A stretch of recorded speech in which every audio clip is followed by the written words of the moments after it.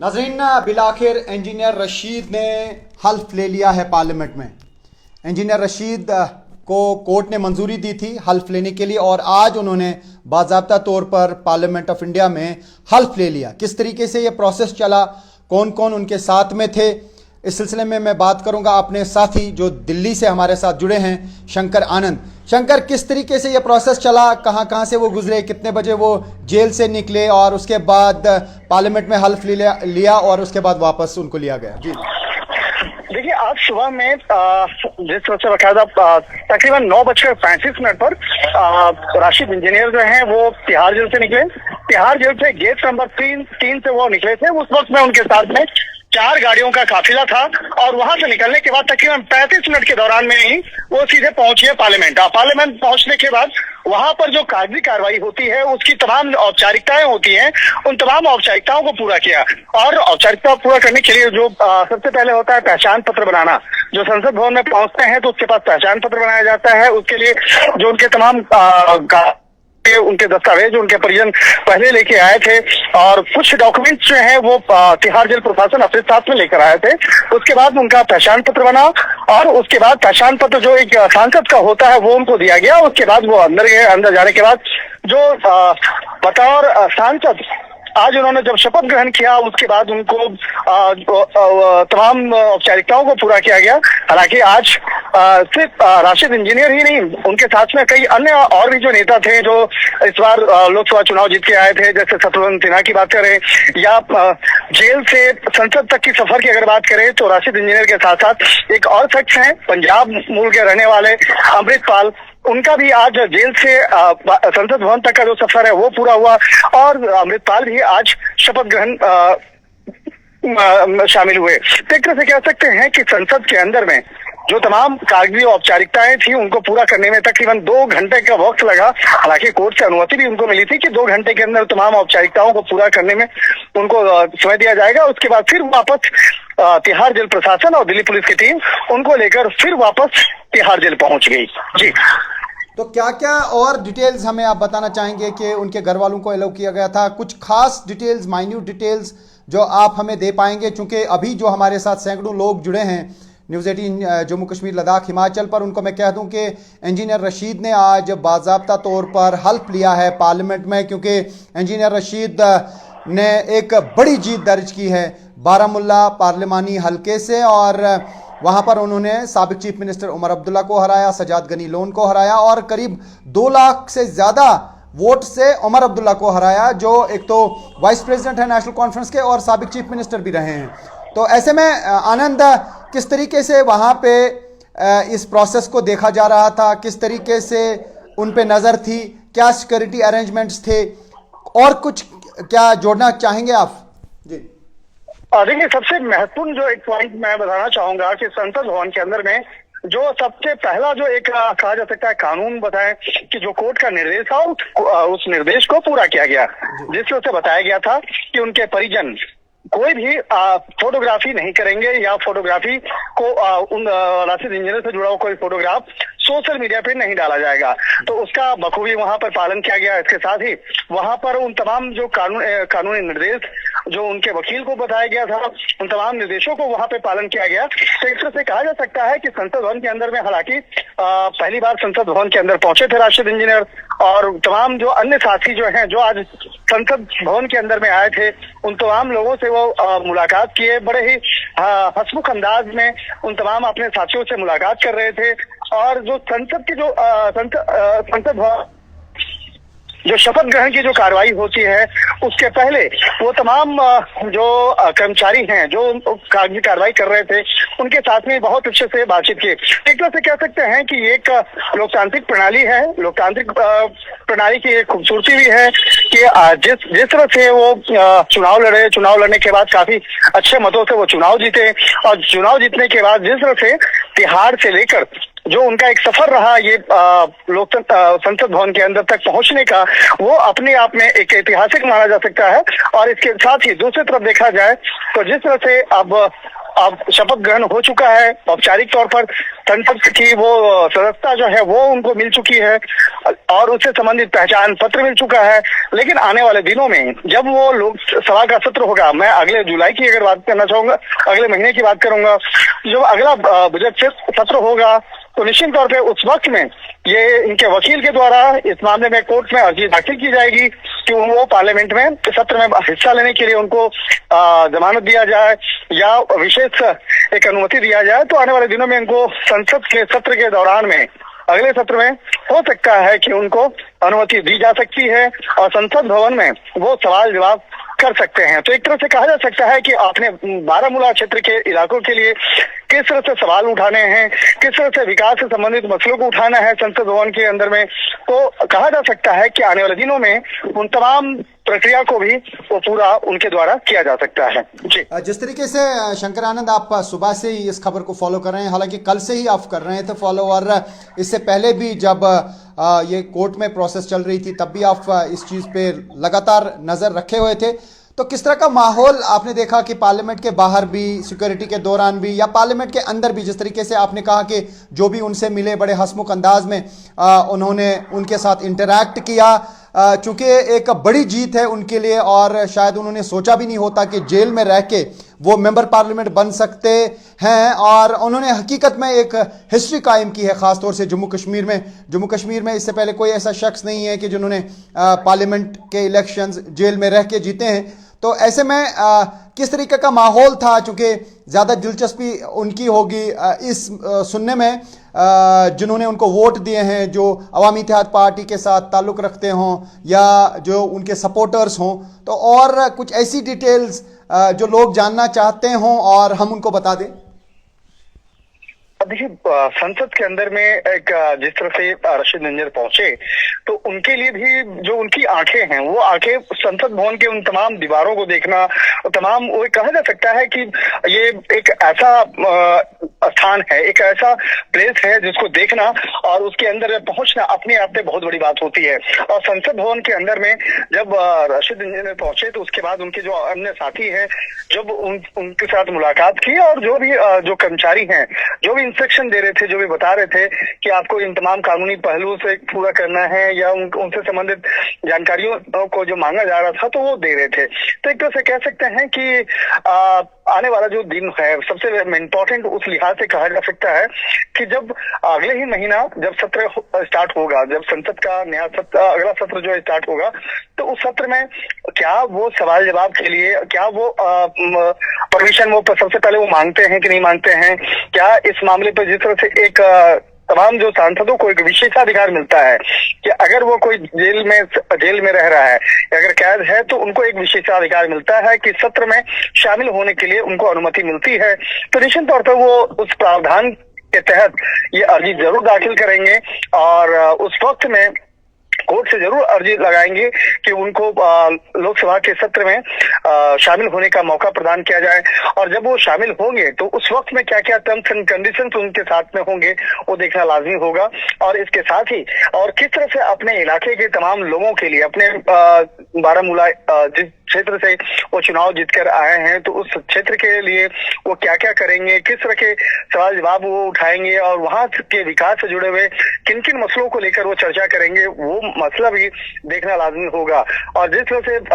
हालांकि ये विधायक रहे हैं उस इलाके में, पहले अपने इलाके से जुड़े हुए तमाम मसलों को बहुत ही मुखर तरीके से उठाने में जाने जाते रहे हैं, लेकिन जिस तरह से जांच एजेंसी के द्वारा कार्रवाई की गई, जिस तरह से जांच एजेंसी के द्वारा गिरफ्तारी हुई थी और पिछले कई सालों से, जिस तरह साल 2019 से लगातार वो तिहाड़ जेल में हैं, तो एक तरह से कह सकते हैं उस मामले में आने वाले दिनों में किस तरह से ये इनका जो राजनीतिक करियर है वो आगे बढ़ेगा, वो देखने वाली बात होगी। तो एक तरह से कह सकते हैं कि अभी कुछ समय का जरूर इंतजार करना पड़ेगा, लेकिन जब अगली जब लोकसभा का जो सत्र है जब वो प्रारंभ होगा तो लोकसभा सत्र के दौरान में इनकी जो किस तरह से मौजूदगी होगी संसद भवन के अंदर में, वो काबिले तारीफ होगी। या उस वक्त में किस तरह से सवाल उठाते हैं, किस मसलों को लेकर सवाल उठाते हैं, वो देखना लाजमी होगा। लेकिन जिस तरह से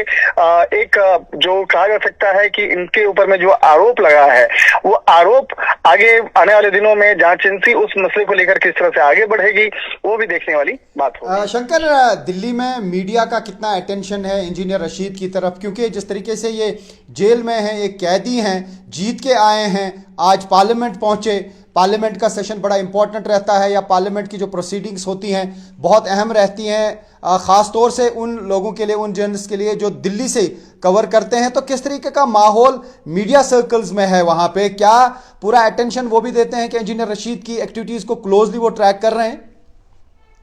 देखिए, आज कई जो नए सांसद हैं, आज उनका शपथ ग्रहण था। उन सांसदों में सबसे ज्यादा चर्चा का केंद्र अगर कोई थे तो दो शख्स थे, वो है राशिद इंजीनियर और दूसरा अमृतपाल। ये दोनों की चर्चा इस बात को लेकर थी क्योंकि ये दोनों जेल से सीधे यहाँ तक का सफर पूरा करते हुए पार्लियामेंट तक का सफर उन्होंने पूरा किया, और जेल में रहने के दौरान में उन्होंने चुनाव लड़ा। चुनाव लड़ने के बाद उसके बाद किस तरह से जीत करके आए, हालांकि ये पहली घटना नहीं है इस लोकतांत्रिक प्रणाली में। इससे पहले भी बिहार के बहुत बाहुबली नेता रहे, शहाबुद्दीन की बात करें, वो भी ऐसे जेल में रह करके चुनाव जीते थे। उत्तर प्रदेश में समाजवादी पार्टी का नेता रहे मुख्तार अंसारी, वो भी चुनाव ऐसे ही लड़े थे। तो कई ऐसे नेता हैं, लेकिन इस बार का जो सत्र है, इस सत्र में सबसे ज्यादा चर्चा का केंद्र आने वाले दिनों में इस बात को लेकर हो सकता है, जिस तरह से जेल में रहने के दौरान, तिहाड़ जेल में रहने के दौरान बारामूला क्षेत्र से वहां के जनता ने जिस तरह से चुनाव में इनको जिता करके इनको भेजे हैं, तो ये मसला जो है काफी चर्चा का केंद्र में रहा। दूसरी तरफ देखा जाए, अमृतपाल जो महज 23 साल का युवक है और इतने कम उम्र में वो लोकसभा के सत्र में बकायदा, जिस तरह से कहा जाता है उनकी उम्र बहुत ज्यादा नहीं है, लेकिन जिस तरह से वो चुनाव जीते और जिस तरह से उन पर भी जो इल्जाम लगे हैं, इल्जाम बेहद संगीन लगे अमृतपाल पे। तो आज दिल्ली के मीडिया की अगर बात करें तो दिल्ली के मीडिया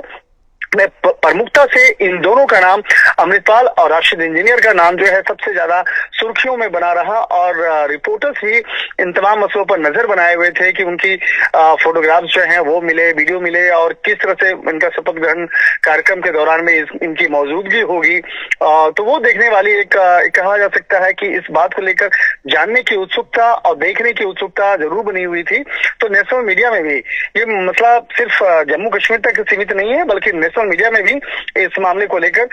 काफी चर्चा का केंद्र रहा है। अभी जिस तरीके से आपकी भी बात हुई होगी लीगल एक्सपर्ट से या बाकी जो सुरक्षा एजेंसीज हैं उनके साथ बात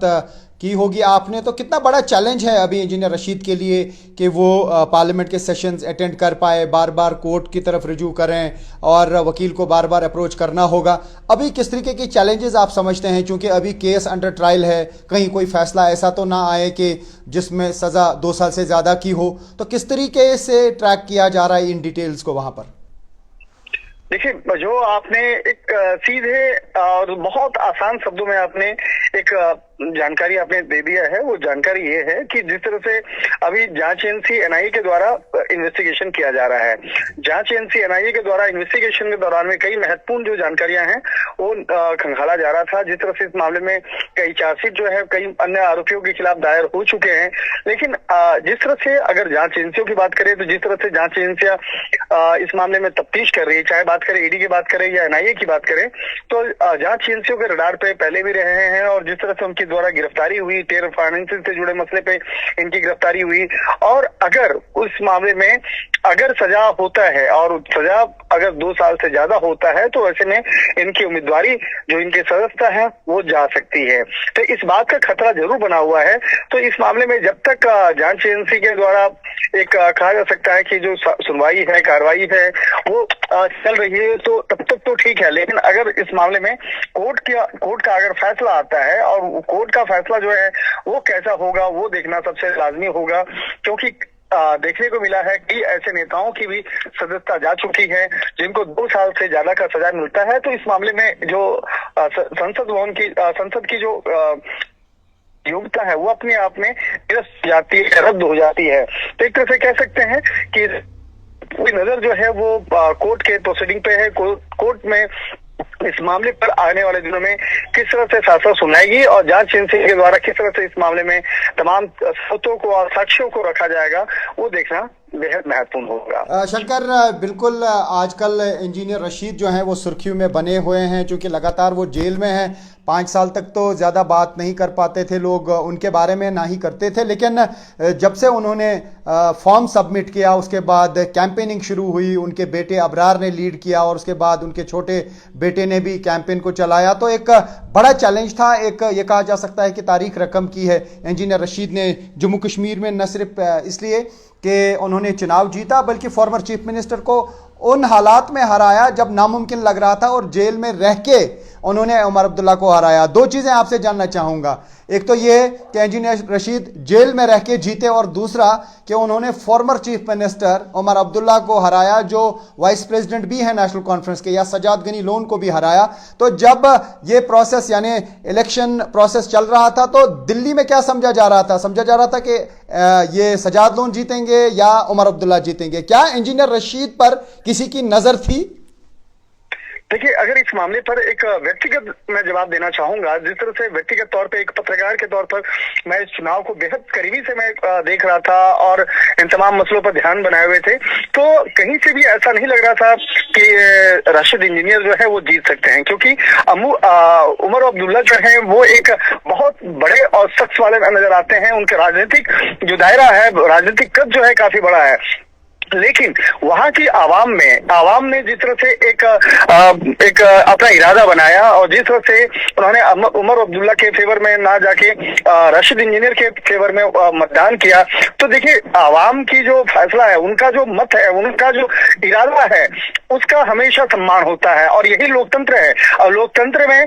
जो शक्ल देख के लोग मतदान नहीं करते हैं, बल्कि अगर पूरे आवाम अपने तरीके से अपनी सोच से अगर मतदान कर रहे हैं, तो एक कहा जा सकता है कि कहीं न कहीं ये अपने आप में बहुत आश्चर्यचकित वो रिजल्ट था। और जिस दिन वो रिजल्ट आया तो उस मामले को लेकर पूरे देश भर में चर्चा हुई थी। यहाँ तक कि अगर दिल्ली के गलियारों की अगर बात करें तो दिल्ली में जिस तरह से मुख्य तौर पे बीजेपी कांग्रेस की चर्चा हो रही थी, लेकिन जम्मू कश्मीर की अगर चर्चा होती थी तो उस मामले पे सबसे प्रमुख तौर पर राशिद इंजीनियर और उमर अब्दुल्ला के मामले में चर्चा हो रही थी कि उमर अब्दुल्ला आखिर कैसे हारे, क्यों हारे, और वहां के मतदाताओं ने आखिर क्या ऐसा सोचा, क्या ऐसा इरादा बदला कि राशिद इंजीनियर को उन्होंने चुना और उमर अब्दुल्ला को क्यों हराने का वो फैसला लिया। तो ये मसला जो है उस वक्त में सबसे ज्यादा चर्चा का केंद्र रहा था, जो आज भी बना हुआ है। हालांकि देखिए, लोकतंत्र की जो खूबसूरती है, कहा जाता था कि लोकतंत्र में जनता की राय जो होती है वो सबसे बड़ी राय होती है, और जनता ने अगर चुना है तो निश्चित तौर पे वो चाहेगी कि इस मामले पर कि आने वाले दिनों में कि उनके बीच का जो चुनाव हुआ, जो एक प्रतिनिधि है, सांसद प्रतिनिधि है, वो संसद में उस इलाके की विकास के लिए, उस इलाके के से जुड़े मसले पर वो तमाम मसले जो है संसद भवन में उठाए और विकास को लेकर आगे बढ़े। लेकिन जब खुद सांसद जेल के अंदर में हो तो किस तरह से उस इलाके का विकास हो सकता है, उस इलाके से जुड़े हुए किस तरह से तमाम मसलों को आगे पेश किया जाए। शंकर, ये अहम नुक्ता उबारा आपने कि किस तरीके से उनका काम हो सकता है। क्या आपने कुछ लीगल एक्सपर्ट से बात की? क्या उनको एमपी लैड फंड दिया जाएगा या बाकी जो चीज़ें हैं जो एक मेंबर पार्लियामेंट को दी जाती हैं, क्या जेल में रहकर भी वो ऐसा कर सकते हैं? हालांकि हाल ही में हमने जो लीगल एडवाइज़र रहे हैं तिहाड़ जेल के, पहले रह चुके हैं, तो उनसे हमने बात की थी और उन्होंने ये कहा था कि अब उनका एड्रेस जो है वो तिहाड़ जेल ही रहेगा फिलहाल कम्युनिकेशन के लिए। पार्लियामेंट से जो भी कम्युनिकेशन रखा जाएगा, चाहे कोई लेटर हो, चाहे कोई डॉक्यूमेंट्स हो, वो तिहाड़ जेल में भेज दिए जाएंगे। तो क्या हम ये कहें कि वो रिमोट कंट्रोल के जरिए, या हम ये कहें कि किसी को एथोराइज करके अपनी कॉन्स्टिट्यूएंसी में डेवलपमेंट का काम करा सकते हैं?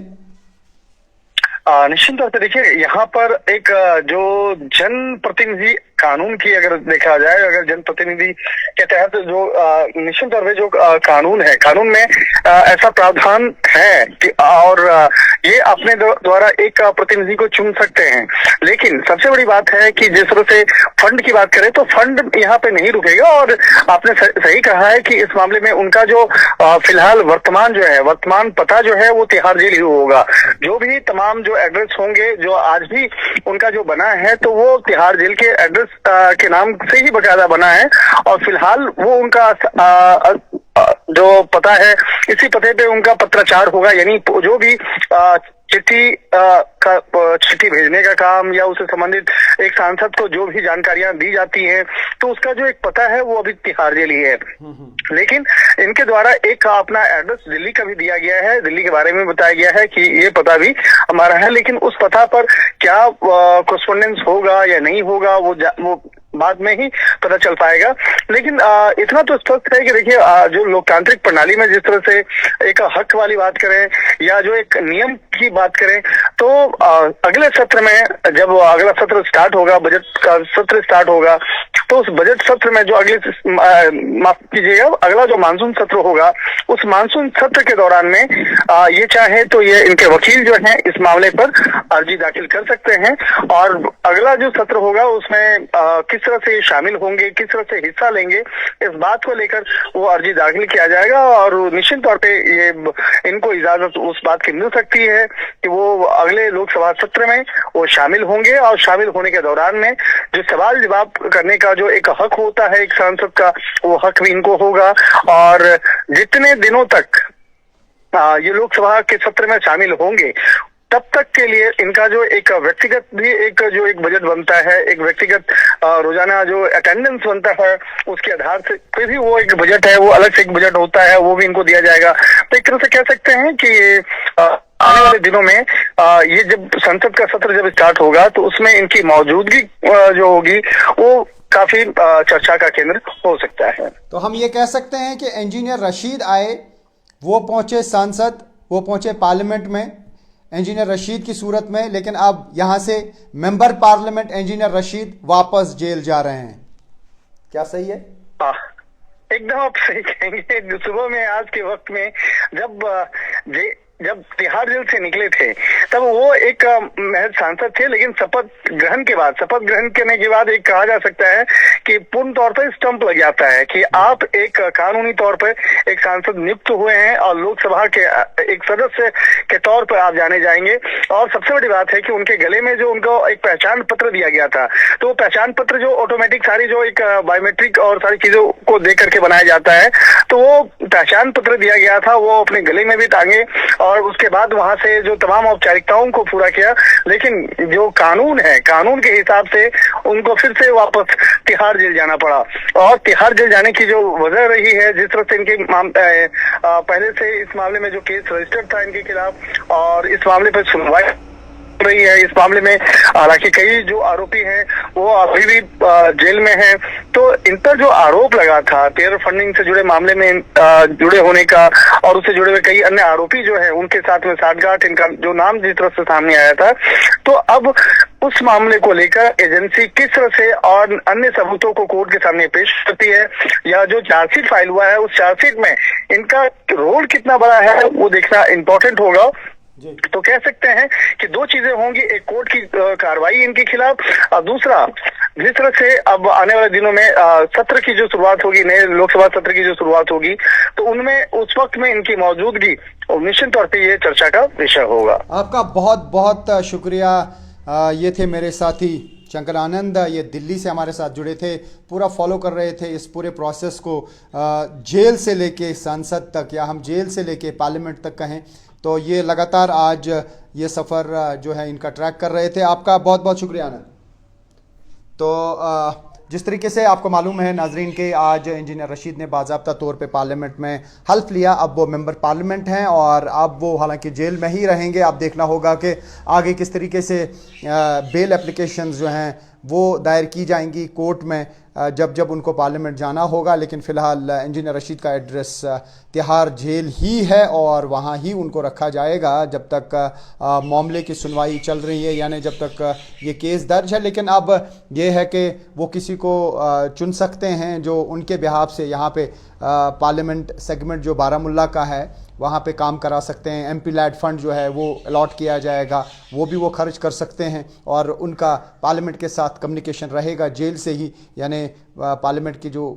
लेटर्स होंगे या जो भी डॉक्यूमेंट्स होंगे वो जेल के एड्रेस पे पहुंचेंगे और यहाँ से भी वो लेटर लिख सकते हैं स्पीकर को भी या जिनको भी लिखना होगा, तो वो वहाँ पे जा सकती है वो later as a member parliament, क्योंकि वो वहाँ पे मुलजिम ज़रूर है लेकिन आप मेंबर पार्लियामेंट भी हैं। लेकिन आप जो भी लोग बारामुल्ला कॉन्स्टिट्यूंसी के साथ जुड़े हैं या कश्मीर से वो ताल्लुक़ रखते हैं, तो क्या चाहते हैं आप, किस तरीके के काम इंजीनियर रशीद को करने चाहिए? क्या समझते हैं आपके इंजीनियर रशीद को कौन से चैलेंजेस दरपेश होंगे, और उनके एरिया में क्या लोग चाहते हैं, किन बुनियादों पे लोगों ने वोट दिया और उनकी उम्मीदें क्या हैं? क्या वो चाहते हैं कि नौजवानों की बात करें, बेरोज़गारी की बात करें, सड़क, पानी, बिजली,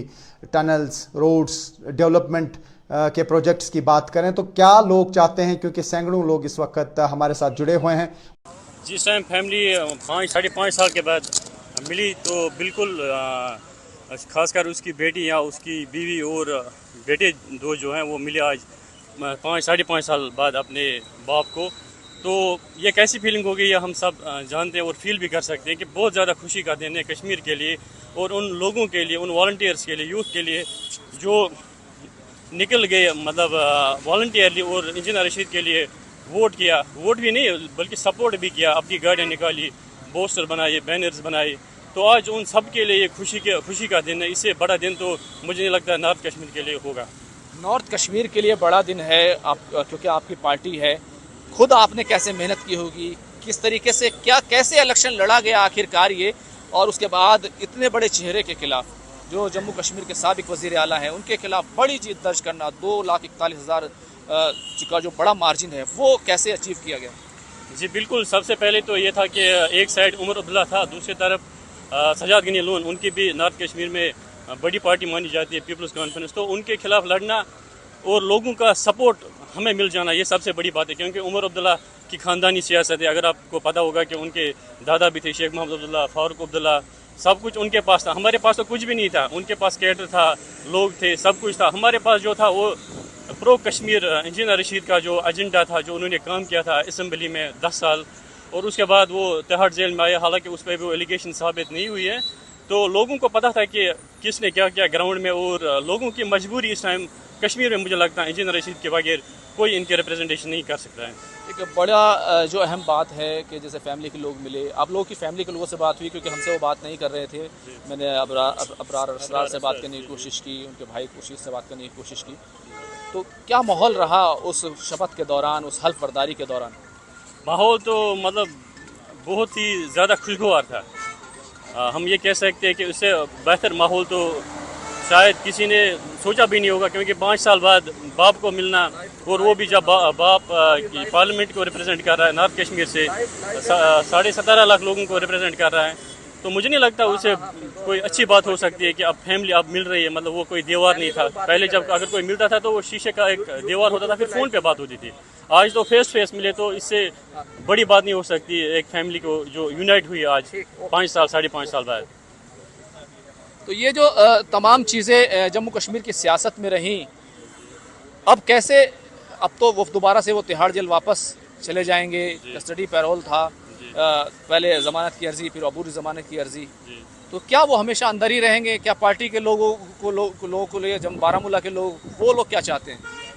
बारामूला के लोग इस टाइम ये चाहते हैं कि इंजीनियर रशीद बाहर आए और उनकी रिप्रेजेंटेशन करे, क्योंकि उन्होंने पहले असम्बली में दिखाया 10 साल कि वो कैसे रिप्रेजेंटेटिव हैं। जब उसका ये ट्रैक रिकॉर्ड ठीक है, तभी लोगों ने इस टाइम मतलब घरों से निकल के वोट डाला, बिना किसी लालच के, बिना किसी मतलब के। तो हमारी भी ये प्रायोरिटी है कि हम अब इंशाल्लाह ओथ हो गया, पहली प्रायोरिटी तो ओथ थी, अब ओथ हो गया, तो इंशाल्लाह अब हमारी नेक्स्ट प्रायोरिटी है कि उसके लिए फास्ट ट्रैक कोर्ट में ना ये हम बेल के लिए अप्लाई करेंगे, परमानेंट बेल के लिए इंशाल्लाह हो जाएगा, क्योंकि जो एलिगेशंस हैं वो अभी हमें नहीं लगता कि वो साबित होंगे। लेकिन बड़े इल्ज़ामात हैं, टेरर फंडिंग का इल्ज़ाम, ज़हूर बटाली और ये लश्कर तैयबा, ये सब जो केस बड़े ख़तरनाक किस्म के नाम जो है इस पूरे केस से जुड़े हुए हैं। यासिन मलिक इसी मामले में जेल में है, तो बड़ा ख़तरनाक किस्म का केस है एलिगेशन तो। लेकिन मुझे नहीं लगता है तो वो साबित होगा, क्योंकि एलिगेशन तो आप किसी पे भी लगा सकते हैं। जब तक न इंसान गिल्टी हो जाए, जब तक कोर्ट में प्रूव करना, एलिगेशन लगाना एक बात है, दूसरी बात कोर्ट में प्रूव करना वो तो दूसरी बात है। तभी तो कोर्ट ने उसको ये आज अलाउ भी किया यहाँ फॉर्म भरने के लिए, तो हम तभी तो भर सकते हैं जब अभी एलिगेशन तो प्रूव नहीं हुई ना। एलिगेशन हम किसी पे भी लगा सकते हैं। सही बात है, 2 साल तक जब तक सज़ा ना हो तब तक किसी को ना तो पार्लियामेंट का इलेक्शन लड़ने से रोका जा सकता है, ना ही उसकी पार्लियामेंट का जो होता है उसका बर्खास्त किया जा सकता है। ये इस तरह का कानून है।